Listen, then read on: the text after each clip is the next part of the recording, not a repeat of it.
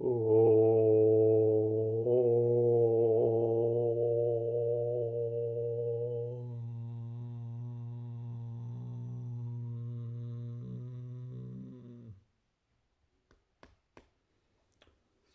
राम जय जय राम, जय सिया राम जय जय सिया राम, सीताराम सीताराम सीताराम, राधे श्याम राधे श्याम राधे श्याम। साथियों, आज पुनः कुरुक्षेत्र की भूमि में आपको ले चल रहा हूँ, जहाँ पर प्रभु श्री कृष्ण अर्जुन को क्षेत्र और क्षेत्रज्ञ का ज्ञान कराते हैं। अर्जुन ने जो प्रश्न किया था कि प्रकृति क्या है, पुरुष क्या है, क्षेत्र क्या है, क्षेत्रज्ञ क्या है, और ज्ञान क्या है और ज्ञेय क्या है, इन सब के बारे में अर्जुन से भगवान श्री कृष्ण कहते हैं, इदं शरीरम कौन्तेय क्षेत्रम् इति अभिधीयते, एतद्यो वेत्ति तं प्राहो क्षेत्रज्ञ इति तद्विदाः। इदं शरीरम कौन्तेय, हे कौन्तेय, हे कुंती पुत्र अर्जुन, यह शरीर तो क्षेत्र है और इसको जो जानने वाला है वो क्षेत्रज्ञ कहलाता है। अब इसके यदि हम पूर्ण व्याख्या को देते हैं तो भगवान अर्जुन को तीसरे अध्याय में जब कर्मयोग की शिक्षा देते हैं तो कहते हैं कि तत्त्ववित्तु महाबाहो, तत्त्ववित्तु महाबाहो, गुण कर्म विभागयो,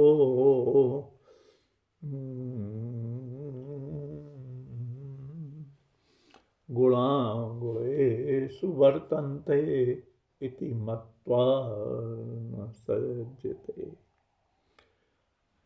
गुण विभाग और कर्म विभाग को जो जानता है वो तत्त्ववित्तु अर्थात तत्व को जानने वाला है।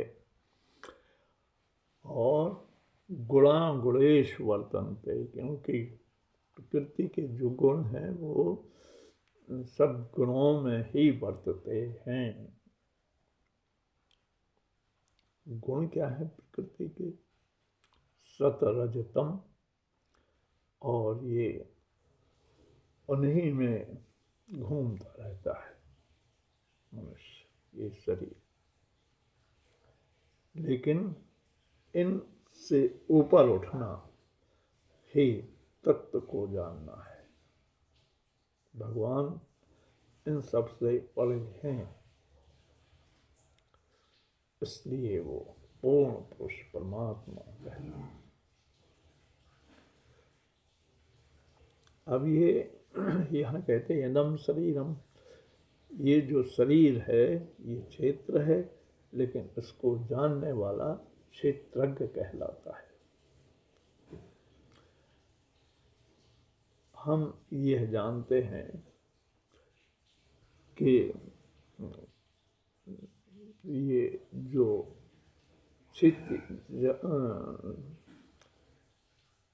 क्षिति जल पावक गगन समीर 5 तत्व हैं, इनसे ये शरीर बना है। और इसके अलावा मन बुद्धि अहंकार, ये 3 और इसमें मिल जाते हैं, तो ये काम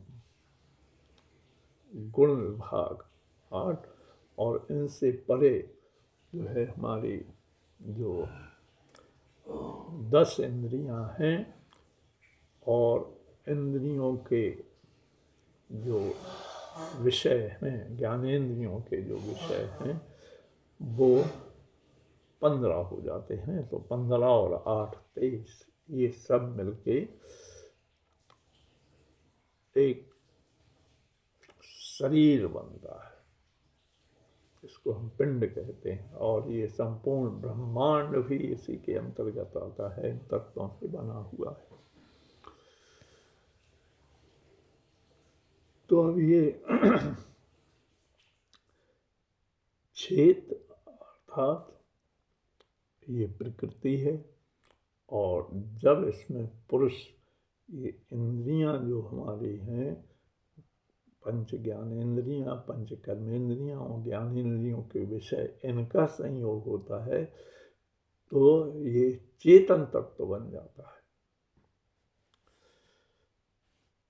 जो व्यक्ति तो बद्ध जीव है, लेकिन बद्ध जीव इस जो भौतिक प्रकृति है, जो पदार्थ हैं, उनके ऊपर अपना अस्तित्व जमाना चाहता है। इसलिए इस अस्तित्व जमाने की विधि है उसके, ये कर्म क्षेत्र बन जाता है। वैसे शरीर में ही भगवान विद्यमान है, हमारी आत्मा है, और ये पदार्थ इस संसार में विद्यमान है। तो ये भौतिक शरीर जो है, संपूर्ण प्रकृति के अंदर जो पदार्थ हैं उन पर अपना अस्तित्व जमाना चाहता है, इसलिए ये कर्म क्षेत्र जो है कहलाता है।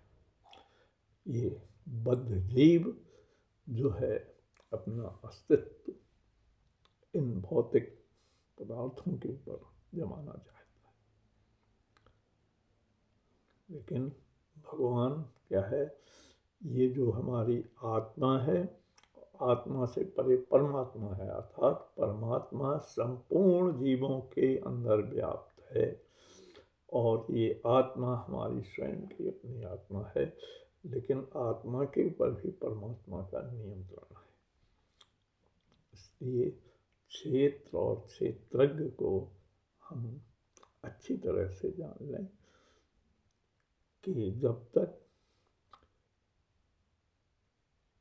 प्रकृति के ऊपर पुरुष अर्थात जो क्षेत्र है, क्षेत्रज्ञ शरीर को जो जानने वाला है वो क्षेत्रज्ञ है।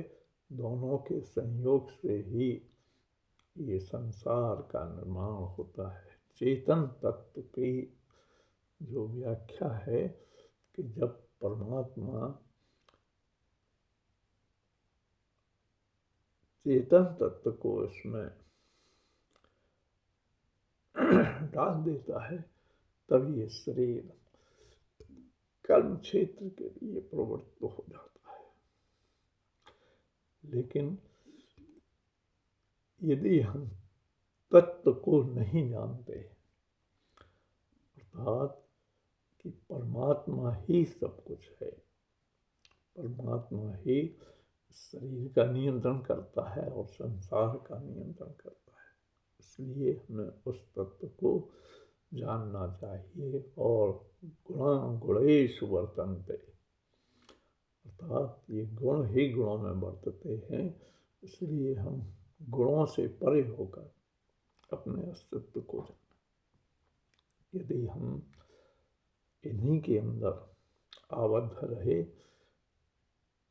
तब हम उस परम तत्व की अनुभूति नहीं कर सकते, क्योंकि जो है भगवान का जब प्राकट्य होता है तो हमारे अंदर ये जो पंचकोशी यात्रा है कि अन्नमय कोश, प्राणमय कोश, मनोमय कोश, विज्ञानमय कोश और आनंदमय कोश, ये यात्रा हमें संपूर्ण करनी पड़ती है। मनोमय कोश क्या है?